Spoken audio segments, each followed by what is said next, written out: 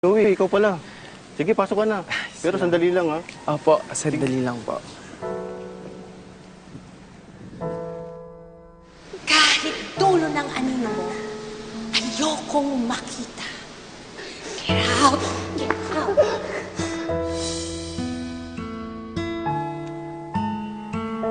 Joey? Joey? Vince? Vince! Vince!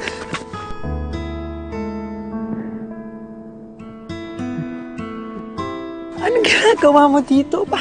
Paano? Bakit? Nagulat ka, no? Joey, nakasidente kasi ako tapos dito ako napunta. Okay ka lang? Okay lang. Vince!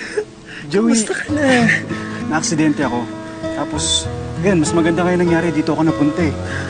Umalis ako sa atin kasi gusto ko na makipagsapalaran dito kasi hirap ng buhay sa atin. Ikaw, kumusta ka na?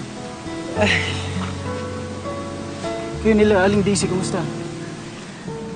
Akala ko, dito kayo madadatnan eh kasi sabi ni Violet, tinulungan daw kayo ni Sir Armani. Oh, Vince, grabe. Sobrang bait ni Sir Armani, no?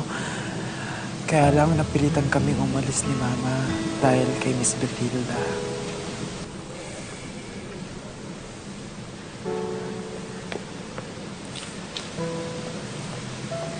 Kuya Joey!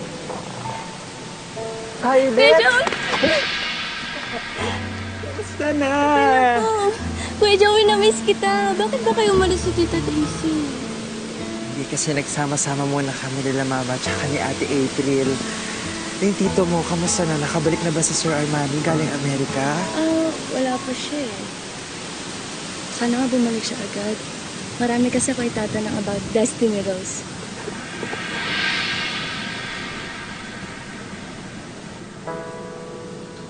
Joey, you're gonna love her. She's my new favorite writer now. Oh, Joey, grabe yan. Ipaulit-ulit niyang binabasa yan.